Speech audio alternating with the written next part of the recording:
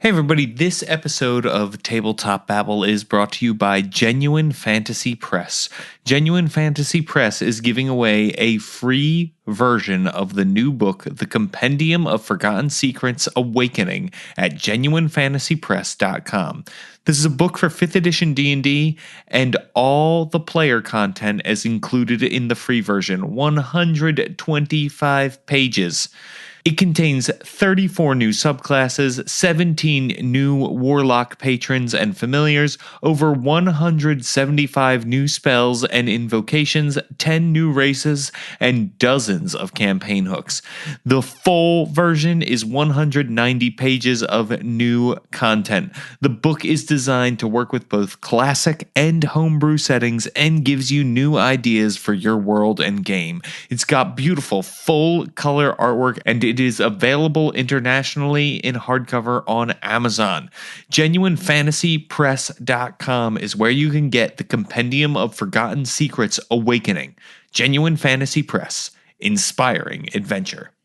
This is Tabletop Babble. I'm James Introcaso.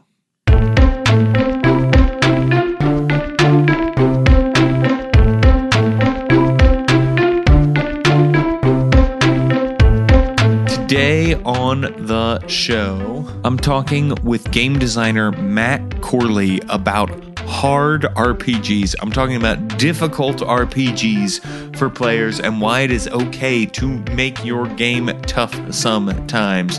Matt has a Kickstarter right now for a 5th edition D&D setting. It's called Lamps, Light Sanitarium, a horror sourcebook for 5th edition. Go check it out on Kickstarter. Here is my talk with Matt.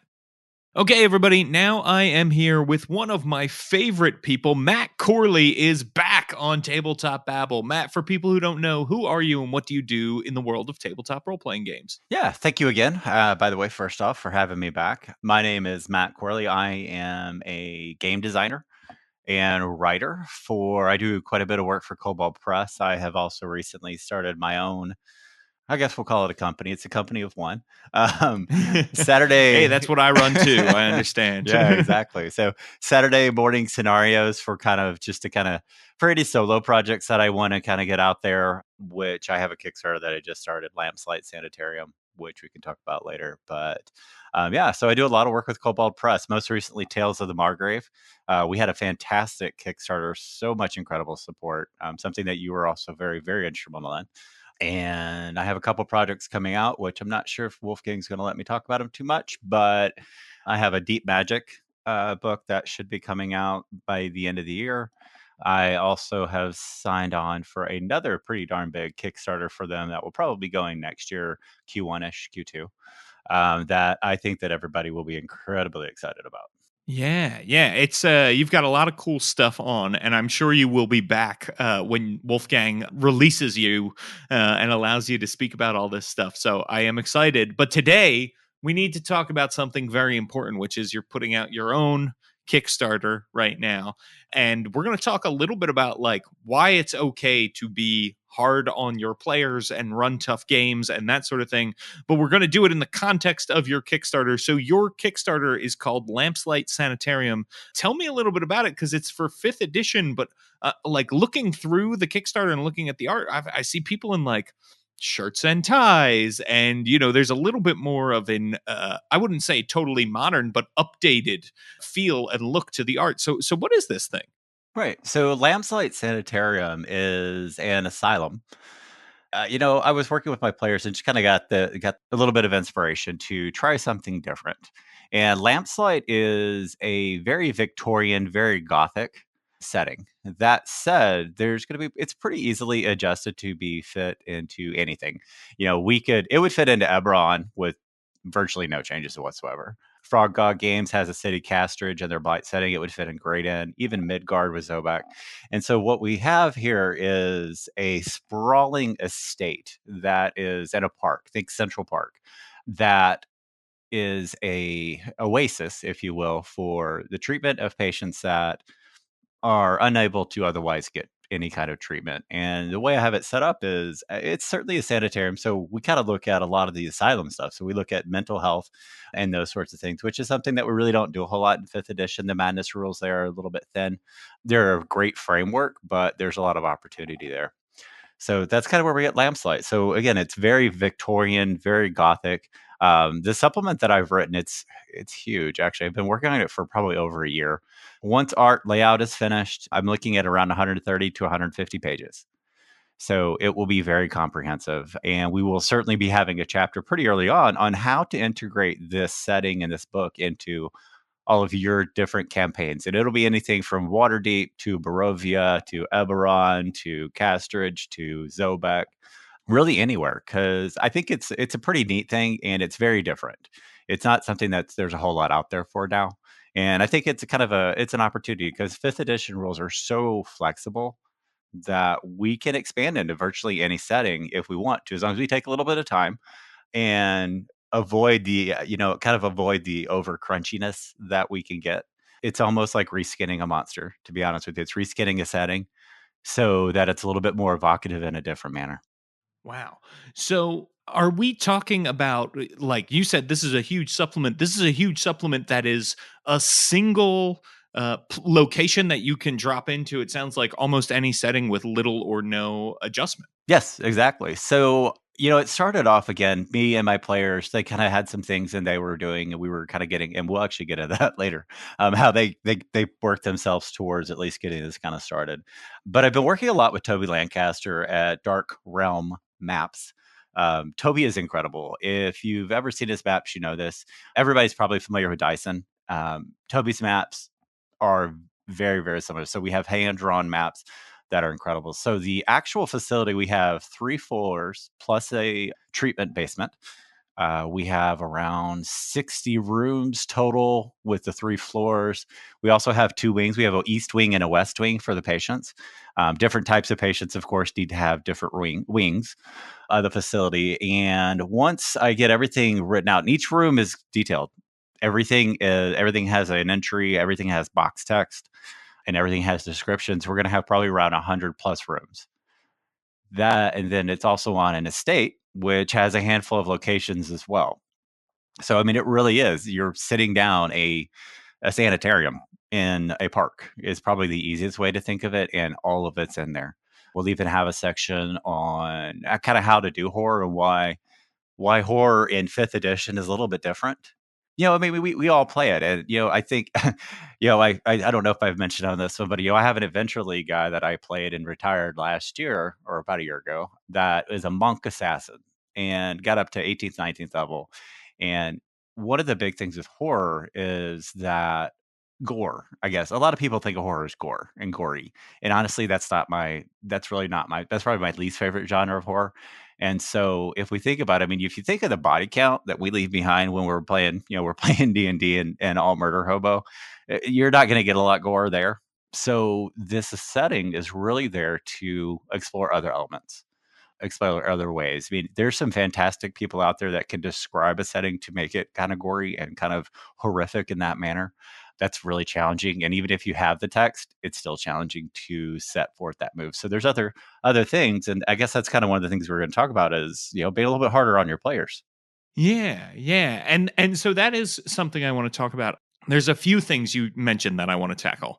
Fifth edition being different for horror, the number of rooms in this place. So is the sanatorium a place that you explore once and then you're done? Are these hundreds of rooms, do they get repopulated? Like, is this a dungeon? Am I thinking about it the right way, or should I be thinking about it differently? So let's start there with the sanatorium. Just again, for context and for framing our conversation, how are you presenting this to be used at the table?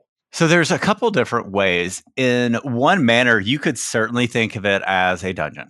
And it is a dungeon in this kind of this with air quotes that is constantly being repopulated. So Administrator Rose, Florence Rose, and Dr. Renwick, Dr. Orson Renwick, are basically kind of the bosses.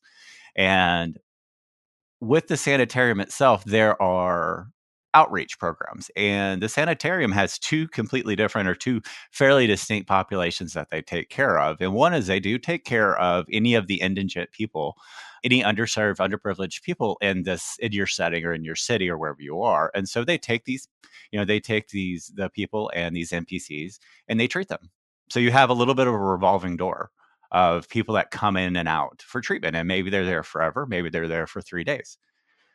The other folks that are also in are with this setting, and this is kind of something that it actually happens in real life too. There are issues or instances where more famous people, and in DD terms, we're talking nobility or merchant class, where it kind of becomes cool. It kind of becomes interesting to go to a center for treatment, and that happens in this. So that's why there's also two wings. One of the wings is for the people that are being treated gratis. The other wing is for the merchant princes, the nobles, the families that have someone they want to put into the sanitarium for whatever reason. And so they're nicer.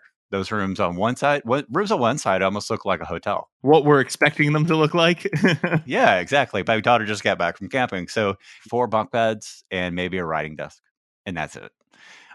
So there is a constant influx. And so if you have an NPC that is a merchant or is a noble, you could put them in there. Or even more interestingly, you could put one of their children in there, or one of their cousins, or one of their parents.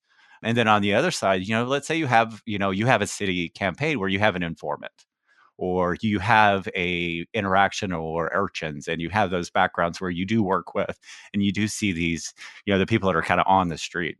They might disappear or get sick, or maybe they have a problem and you come across, and I'm just going to make up names, which I'm awful at off the top of my head. You come across Jimmy, that's usually your informant, and he is just babbling incoherently. And one of the things you could do is you could take him to Lamplight for treatment and then see what happens to Jimmy there.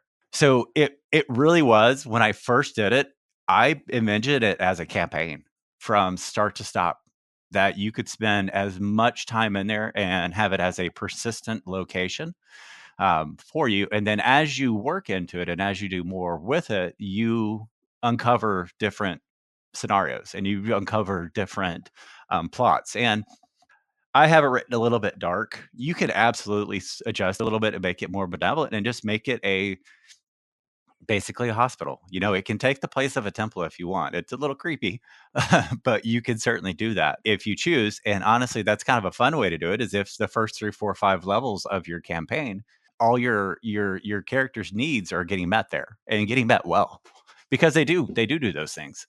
And then when they get a little bit higher level, all of a sudden an orderly's missing, or a patient that they built a relationship with is gone, or has a completely different personality. So you mentioned that you think horror in 5th edition is different than in other role playing games. Why is horror different in 5th edition? It's different because it's really supposed to be. Mike and Jeremy and everyone else, Chris, I mean, all those guys did an incredible job portraying or building D&D to be a game of heroes.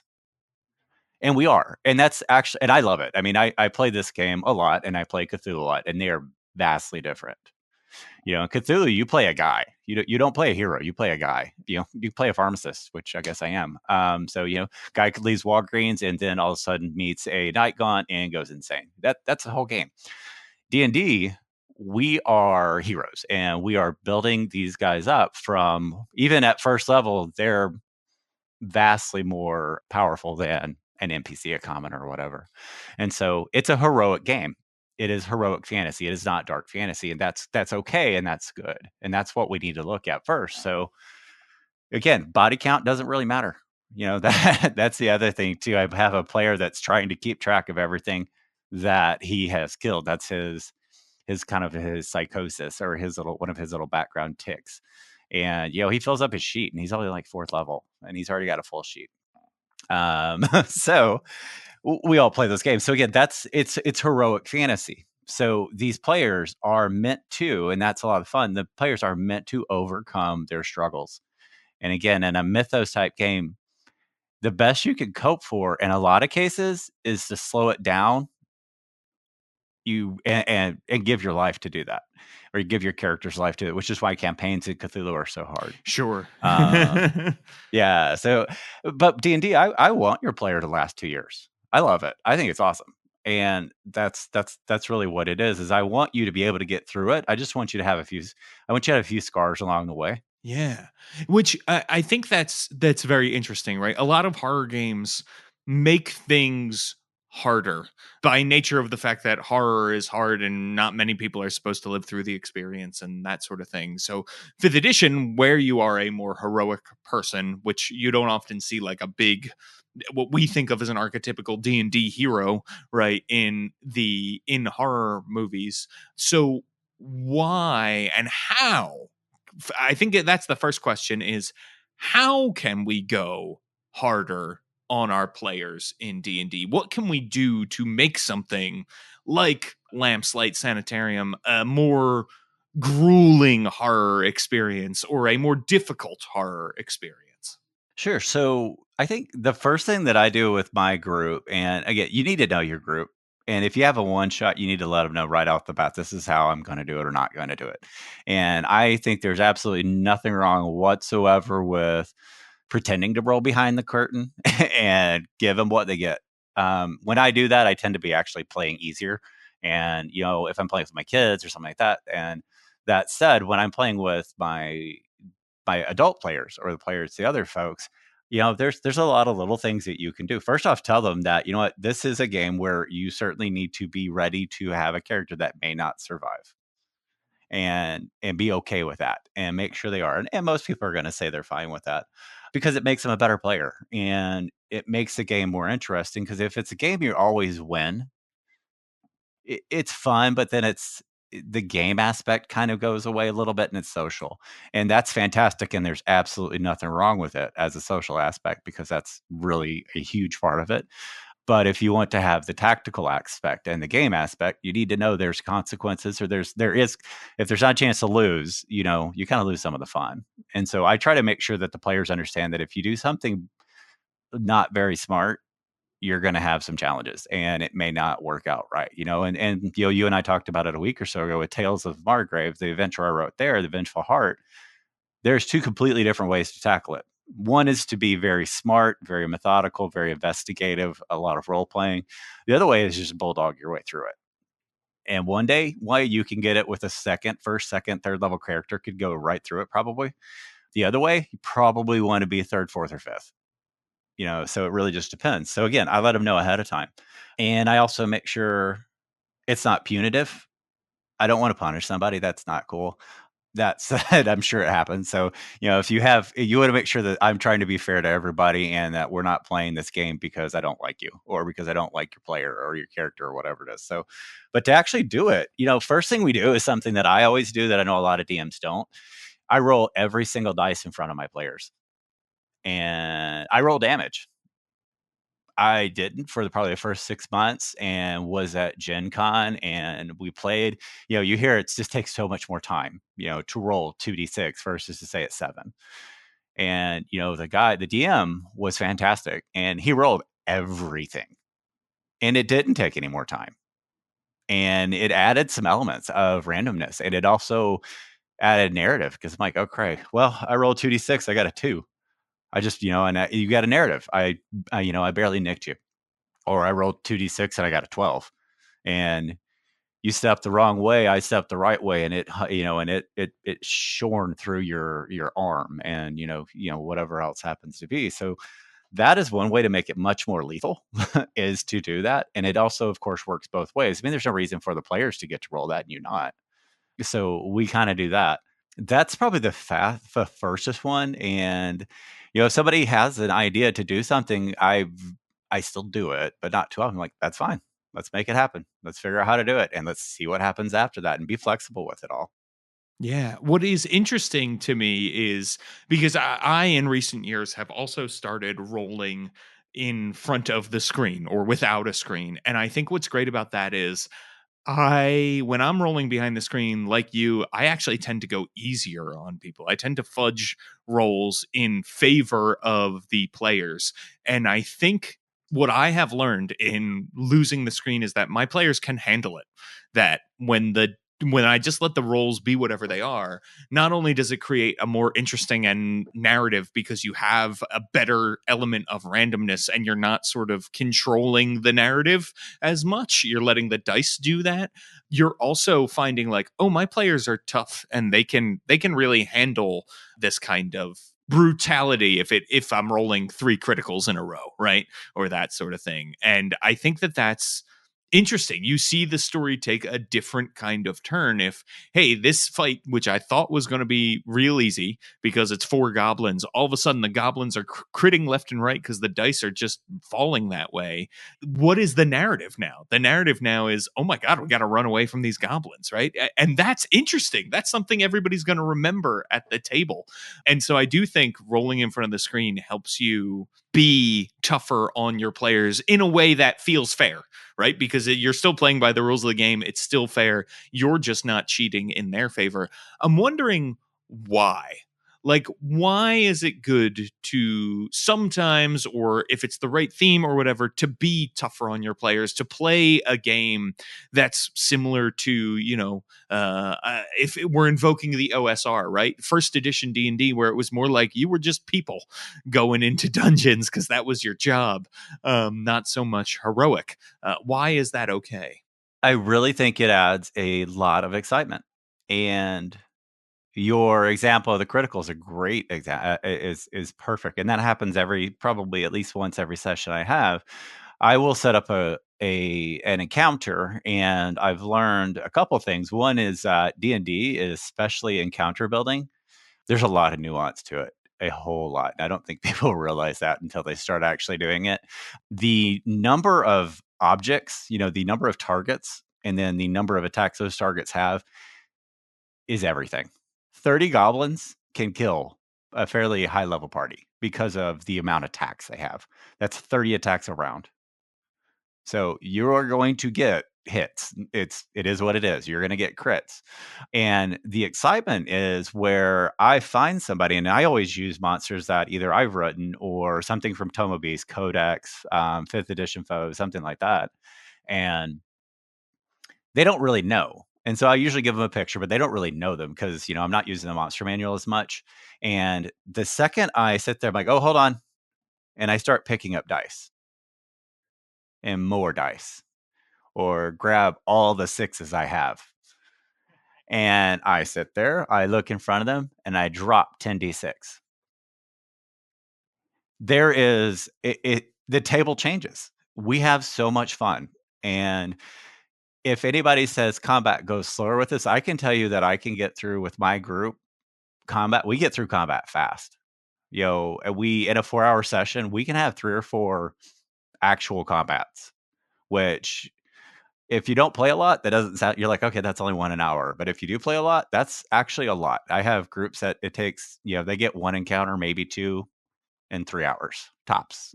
So you can still do it fast. Again, it adds so much, the dropping the dice, seeing the dice. It is kind of visceral, especially at least for my players. It is. They really like it.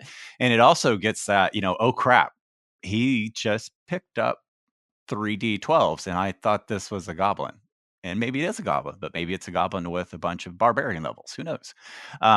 So it adds that element of unknown, and they pay attention. They pay a whole lot more attention to what's going on. And I really think they're a lot better players for it. And I'm very fortunate that I've had the same group for 2 years.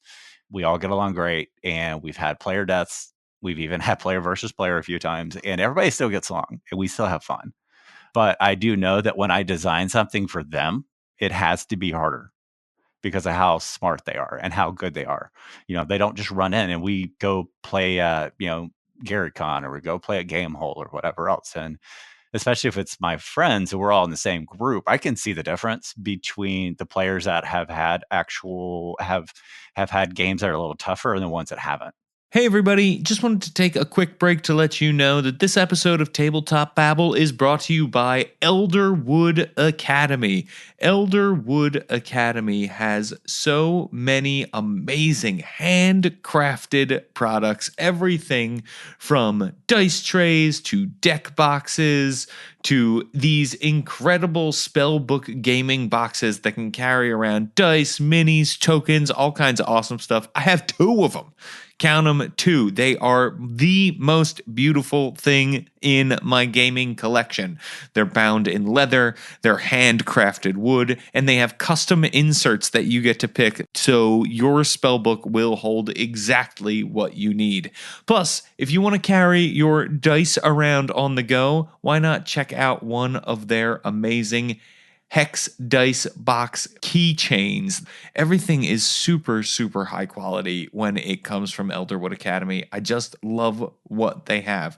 So, whether you're playing card games, a role playing game, a miniatures game, they have something awesome for you.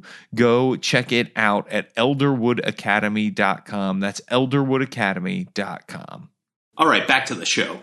For players who maybe think they don't like that style of game, for GMs who don't like that style of game, what would you say? Like, how would you convince them to give it a shot? So, I mean, I think from the perspective of the actual just playing the game itself, give it do a one shot and just say, you know what, here, let's just make up a bunch of pre-gens. Let's just do it. Let's see what it's like, see how we like it. That's one way. That's probably pretty easy. I think probably a little more fun would actually to do it within your own characters. And, we can DM anything, we can hand wave whatever we want and just say, you know what, let's just do it. And let's see how much fun it is. And we can call it a dream sequence if we want. Maybe you'll survive. I think it makes you a better DM too, because it helps you learn to adjust. Somebody asked me a long time ago about, is it okay to deviate from a published adventure? And my comment was, I don't even play the adventures I write the same way I write them. because I change it. My group changes. It's a dynamic game, and it makes me better to adjust to them. And like you said, if I put together a scenario or put together a fight that's this first or second encounter, and I did not intend it to be unlethal, but it did because something ended up, I just rolled that way. I have to adjust, and that makes me better. And that makes them better. I think something else I would tell them is something that definitely happened in mine, and it has to do with long-term consequences, and it has to do with player death. So I had a new player came, did not know him at all.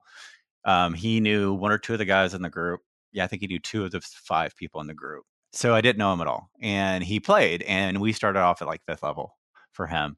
Playing a wizard, and he's my age, and so he started off playing, 1st edition, 3rd edition, that kind of stuff. And we came across a group they basically got into an argument with a gang in a city. The gang's support came out, and so there were 2 or 3, I think there were 3 gang members, but then all of a sudden some bystanders came out and started yelling with them. And then a couple doxies came out with them. And so we had my 4 characters, and literally 30 people on the other side, and they're arguing at each other. And one of the doxies gets out a knife and throws it because the argument is getting pretty contentious. And the doxie misses. Well, Brian's like, I cast fireball. And I just look at him like, okay. And he incinerated 40 bystanders. Basically the entire space he's like, nope, I'm going to do it this circle. I get all these people. And he did. He killed basically everybody except the gang members because they were high enough levels to survive it. And that situation created a long-term consequence, a very, very long-term consequence that actually ran the rest of the campaign because it became the driver. They ended up getting put in jail for murder because they didn't kill they started the fight, sort of. Basically, they killed 30 people in the game, which again sounds awful unless you're playing D and you're like, oh yeah, well, if we had a group of goblins and they were being, rambunctious, yeah, of course, we'd shoot fireballs in there. It's fine. Um, and that's how he thought of it. And so they went to jail. And he had pissed off the gang bad enough that when they were getting released, because they did have ties with the police or the version of the police, the first room, he was the last one in line, and the door shut after the fourth person and before he got through and locked. Then the other door on the hallway shut, and someone came through it and locked it behind them, and it was an assassin. And I did not mean to kill Brian, but Brian died because he got shivved, and the shiv was an assassin, and the assassin got a bunch of crits.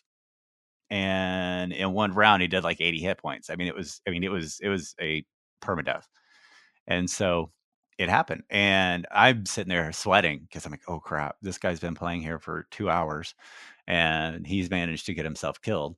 And what happened next was the best part, though, is that he's dead, and the other characters hear it. And by the time they get the door open and go out, the assassin, of course, is gone, and there's Bellabum's dead on the floor. And one of the characters had just gotten Revivify. And so they're like, well, how long did it take? Let's roll. Let's figure out how long it took. And like, all right, it took 48 seconds. You have 12, because Revivify is a minute. So that whole interaction was probably about 45 minutes, and it was tense. It was very, very tense. And they finally did get him, and he survived, and they pulled him up, thankfully. And again, the guy, the cleric, literally had gotten Revivify the day before, or the session before, because I didn't know that. I wasn't expecting him to die, but it is what it is. But for the DM, that went for, that literally did. I ended up writing them a bill of lading from the Doxies group for lost wages. So they owed the Doxy Guild like 1,000 GP, and I don't play with a lot of money, so they had to work it off. They had to start working for the police for free, or again, it's not the police, of course, but for the watch for free, because the watch said, you owe us, and if you don't do this, you are going to be in jail and go in prison again, which you remember how that turned out the last time. And every story, and I still kept my storyline, whatever it was we were running at the time, but now I had these little side encounters always. One little encounter. They were terrified to go out at night because they would get an arrow out of nowhere and it would just hit them, and it would attempt to get them. They ended up even taking over the gang, which was that was the end was when they finally had settled up with the watch. They settled up with the Doxies. The gang said they felt they made them feel bad or made them look bad in their territory, and they ended up invading the gang. And that was where we ended it. Was one of my players ended up taking on the gang or taking on the leader for leadership of the gang and beat him. And that was kind of how that worked out. But Bellamum was not allowed to go out in public without a disguise ever again, because he was a wanted man, because he started the fire. Yeah, and those kinds of permanent consequences can make gameplay very interesting. It's funny, it sounds like you have a lot of modern influence on your D&D games. That the sanitarium, the prison scene that you're describing, all sound like they could be lifted from television shows about now or sort of modern era times, which is really cool. So where should we look to so that we get the balance right when we're playing a hard game, right? So like, how did you get the balance right when you were creating this product for Kickstarter? Essentially, how do we make it so we're not constantly killing other people's characters, right? Right. So I think, again, this kind of goes back to that contract we all have with each other when we're playing. So I want to make sure So, actually, again, I felt awful. And I still feel bad. And I literally every single player at my table has lost a character now, at least one. And I still feel bad every single time it happens. And so I make sure they know, like, okay, if this happens, this is what we do. This is how you're going to replace your character. One. Two, I let them, at some point you get a high enough level where a death isn't a big deal. So I'm like, yes, you can save hair or whatever it is you want to do to figure out how to cast a resurrection or a wish if we get that point in a year or whatever it is. I make sure they have a backup plan for what are you going to actually do. That's the worst thing. That's probably when I feel the worst is when my player is sitting there twiddling his thumb watching everybody else have fun. And it doesn't the guys I have now, it doesn't really happen, but, it certainly does, and it certainly can, where they're so completely left out, and I don't want them to be. So, again, I give them probably the easiest thing to do is like, "All right, well, why don't you start playing the monsters and help me with tactics and help me running the NPCs?" So, again, I make sure they have stuff to do to keep it fun because, again, they've already lost a character. I don't wanna make the evening over and finish for them. It is nice to actually end the evening on a death, though, because that's kinda fun too. Um, so you don't have to do that. But again, what you really need to do is, from a long-term perspective, you have to be very careful with the mechanical limitations or the mechanical penalties you put onto a player. And I think at different groups, and I love the folks over at Encounter Roleplay and the folks at Critical Role, obviously, and all those guys. If I had that group, I would be incredibly tempted to not put a single, at least for the psychological stuff, a single mechanical penalty on it, because I know they do it to themselves. They would interact and act in a way. So you have to have it narrative driven as well. In a game where a +3 sword is basically an artifact, if I give you a -1 or a -2 to everything for the rest of your character's life, that's a big deal. So I try not to do it. And of course, you can make it situational. So that's one of the things too. And again, I borrow this obviously heavily from other games that have insanity mechanics. Is it's temporary, or it only affects in times of stress, or even if you get a minus, you get a plus too. So again, small mechanical limitations that can be very narrative driven are great. The tables that I wrote for Lampslide is I have a table for transient and short term. And those are transit's kind of a new one. Transit's basically right then and there in the encounter. Short term's a little bit longer. And long term indefinite, which we kind of know what those are. But I wrote two tables, and between the two of them, there's probably about 60 different options. We have a disorder, and then we have the effect. And if your narrative, you really can focus on the disorder. So I'm just looking at one of my tables, and it says character fixates on a mundane object within the room and begins to count all instances of it. She can't do anything until she finishes counting. So if I handed that to virtually anybody on any of those casts I just said, so if I said that to Laura Bailey, she would sit there and she would stop. And that's what she would do when Matt comes up and says, "All right, Laura, it's your turn," or it says, gesture, "It's your turn." She would just say 1, 2. I mean, and she would count, and that would be her turn, and she's finished. And she would play it that way. So there's the narrative drive. If you want to be more crunch, and the crunch isn't bad, you say the DM chooses an object. So this is the other part of the thing, or the other part of this table. The DM chooses an object in this room. The character has to use her action to count it. The character can only take reactions while counting, and counting takes 1d4 rounds. So again, it's two versions of the same thing, so that if you want to have insanities and psychoses and whatever else, madness in your game, but you don't want to mess with the crunch because it's 5e and we don't want to mess with the crunch all the times, you really don't have to, and you can still get the same effect. Gotcha.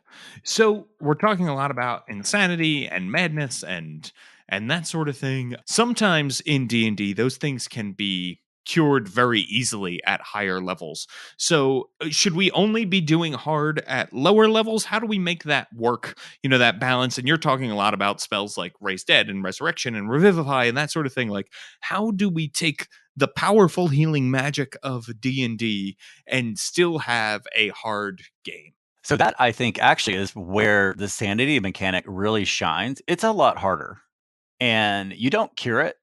At low levels, you certainly do cure it, but at higher levels, you don't cure it, you suppress it. So the mechanics, and so the updates on the Kickstarter, I'm basically providing almost the entire sanity section. So the sanity section that I've written is something I actually wrote before I wrote everything else, and it's about 20 pages long. Before that scares anybody, it's there's a lot of formatting in there. It's about 7,000 words, so it's actually not. It's not too awful of a read, I promise. The sanity checks, again, it's going to be a suppression, and I will go over all this on the update so anybody can read it if they want to do it. So you certainly don't have to back the Kickstarter, although I hope you do, to read these things. But again, it's not healing; it's suppression. And so I want to get through this encounter, but when the encounter's over, what happens? And what kind of long-lasting effects? So there is a little bit of a downward spiral. At a high enough level, you can start to kind of work that out. But again, it's much more lasting and long-lasting because sanity is an ability score, really, in the version that I've written. So it is your charisma score plus your wisdom modifier, so you can go up to 25. And you get bonuses, minuses as it goes down. If your sanity hits 0, you're out. So this kind of harkens back to the good old days when we used to actually have ability score damage and how much harder that was to get back. Greater Restoration, you can get back some of that stuff now.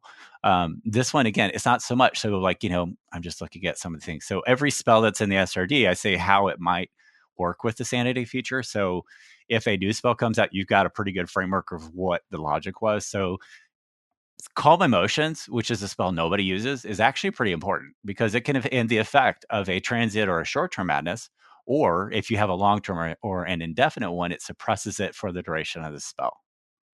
And so that's how you do it. It's like it gets less about curing it, it gets more about managing it, which honestly is probably a little bit real world. It's a little bit more accurate that way. Greater Restoration can cure something like a long term. A wish is the only way you get back sanity points. So you don't really get your sanity points back either. It's pretty hard. So once you start losing sanity, it's a downward spiral because let's say you start with 20 on your sanity score and you get a +5. Well, you lose 2. Now that +5 is a +4. And that keeps going down. And each time it does, it gets harder. And it's supposed to. Because your mind is damaged and you're going to have that. The other thing I did was, and actually I wrote this for something else, or I used this idea that I never ended up publishing, but the very last page of this is a cheat sheet. It's a page. So you can print it out and have it in front of you, or you can throw it in your screen or something like that. And it bullet points it. So it's nice and easy. So like if you have a magical attack that does damage directly to your brain, your mind, like psychic damage, DC is 8 plus spell. Character death, you actually automatically lose 1 sanity for dying, which is slightly stolen from Matt Mercer and Taldori. I think he calls it bringing them back wrong or something like that. That's where I got that's the D&D version of it that I saw before that. But again, so once you have like a long-term or indefinite insanity, you're going to be dealing with that for a long time. And those manifest in a couple different ways, which, maybe it manifests because you're in a stressful situation and it pops out, which makes sense. This should all be somewhat logical. And this is real life examples. So I have challenges with certain days. I think we all do. And I can have 20, 30 great days in a row and then have a pretty bad one. And so there is actually a mechanic in there that kind of builds on that. It's basically a DC that gets a little bit harder as a certain amount. So every long rest, the DC goes up 1. So it goes from 8 to 9 to 10 to 11 to 12. You fail, you deal with it for a day, you start back at 8. And so it's very cyclical. And again, that's very similar to real life. And just so you don't think it's all bad, because it's certainly bad, but it's good and it's bad in some cases. There's persistent and acute. So especially when you get to long term. So let's see. So maybe you have one where you have a mania and it's on 1. Again, the narrative says the peal of crazed laughter escapes the character's lips when confronted with a stressful situation. Again, if I'm giving that to somebody to kind of role play, if I'm giving it to Lorelani or Liddy or somebody like that, she's going to do it. She's going to take that consequence and say, I use my action to laugh to cackle madly, and then actually do it, which is the best part. But the other thing is so what that does acutely is that, checks against you have a +2 modifier, perception checks, because they hear you, and persuasion checks have a -2 penalty because, again, you're a little bit nuts. And people are like, okay, what's going on? But in some cases, maybe you're panicked and you're very scared and you're paying attention to everything. Well, so in that case, you actually have a bonus to your initiative because you are ready. You're on a hair trigger. There are occasionally bonuses, and if there's a bonus, it's balanced out with like a -2 penalty to saves for fear. So again, we want to make sure it's. I try to under design it, which is hard because I want to over design everything, and I want to make it so that it works okay. You might even get an incredible, that insane clarity, which is in Cthulhu and a few other games, and if you get that, you get a +1 bonus on all skill and attack rolls for the next D4 rounds. So it can help. It may not. That's awesome. That's awesome. Well, we are wrapping up here, but before we go, what do you want people to know about Lamps Light Sanitarium? But I want you to know is, or what I'd like you guys all to take out is that, D&D gave us a fantastic framework to make some adjustments to make our game more fun and more interesting. And in Lamps Light, that's what I really, really, really tried to do. And again, it's a source. It's a source book. So there is a setting. There are great maps. There are a dozen NPCs. There are a half dozen new magic items so far. Art is everywhere. There are adventure hooks. So I've written campaign frameworks. It's a page or two where these kind of bullet points happen. There are going to be one, probably two full adventures that are in there. One is going to be for a pretty low level where you basically wake up in the bed, and another one's going to be a much higher level one where you are, you get pulled into the machinations of the administration. But I think what I really want people to do is just get away. It's like, horror can be very, very fun. It's not gory, at least not the kind that I write and do. I think it's probably best to even describe as more of a psychological thriller. Don't be afraid of long-term consequences for your players. If that ends up being something like a insanity mechanic, or maybe they get some sort of scarring that affects their charisma stuff, or they get a withered limb that makes them lose some movement, all that stuff, all it really does is it really enhances the narrative. It really enhances the role playing aspect of this game that we all love. And that's really all I'm trying to do. The subject matter of Lamp Smite is it is pretty dark. That said, there's nothing. I don't do violence against women. I don't do sexual violence. That's completely off limits for anything that I write. There's no gore. There's implied gore, but there's no actual gore. So on one hand, it deals with very, very mature subject matter. On the other hand, it would probably be PG if you just read it.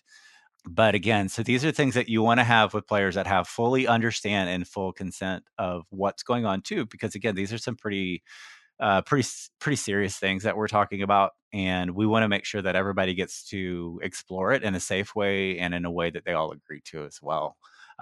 You can find me at Twitter. I'm Matthew D. Corley at Twitter. I just use my name.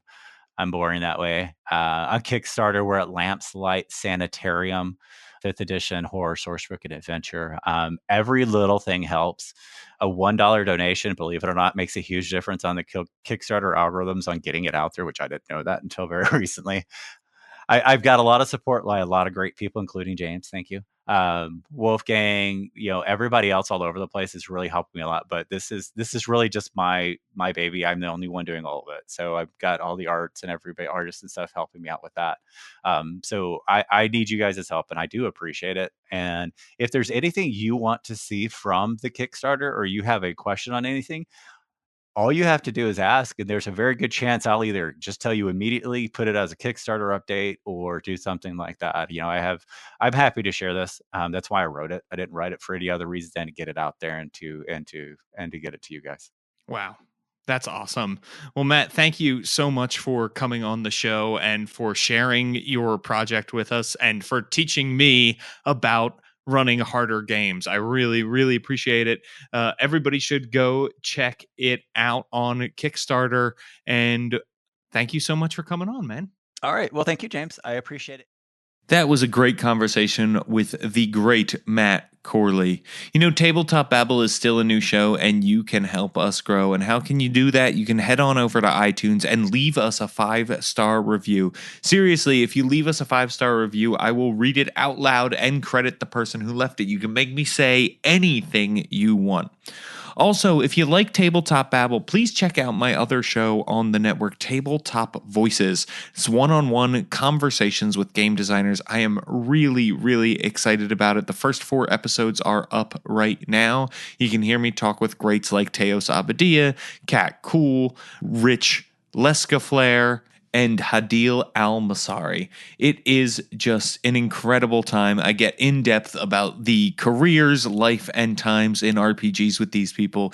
If you like this show, you're really going to love Tabletop Voices. Go check it out at don'tsplitthepodcastnetwork.com, along with The Demon Plague. That's right. It's me, Rudy Basso, and a bunch of our friends doing a 5th edition Dungeons & Dragons actual play. Lauren Urban, we got her. TK Johnson, we got him. Robert Aducci, we got him. So go check it out. It's all at don'tsplitthepodcastnetwork.com. And hey, if you want to follow me for the game design stuff I'm doing, it's at twitter.com/James Introcaso and worldbuilderblog.com.